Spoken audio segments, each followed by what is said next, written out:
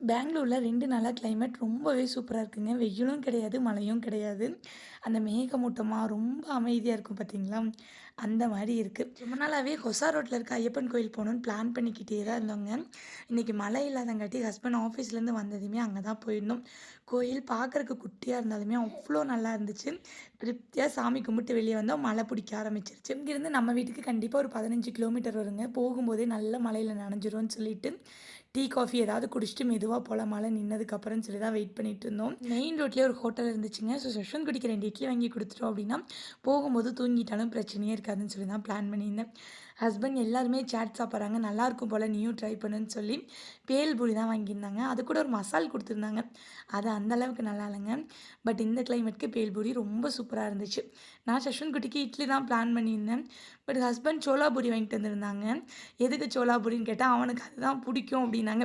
2 minutes முன்னாடி தான் பக்கத்தில சாப்பிட்றவங்கள பார்த்து, அவனுமே பூரி வேணும்னு கேட்டிருந்தான். கூட ஆல்ரெடி ஆர்டர் குடுத்துட்டோம். இன்னி சேஞ்ச் பண்ண சொன்னா ஏதாவது சொல்லுவாங்கன்னு சொல்லி சொல்லவே இல்லங்க. அவள ஆர்டர் பண்ணதே சோலா பூரி தான் பண்ணியிருக்காங்க. அதுக்கு தான் இந்த சிரிப்பு. என் பையனுக்கு என்ன பிடிக்கும்னு எனக்கு தெரியாதா? அப்படிங்கிறாரு. ஜஸ்வந்த் குட்டிக்கு சோலா பூரி ஊட்டிட்டு, நாங்க ஆளுக்கு ஒரு டீ தான் வாங்கி குடிச்சிருந்தோம். அதில கூடி சார் ஷேர் வாங்கி தான் குடிப்பாரு.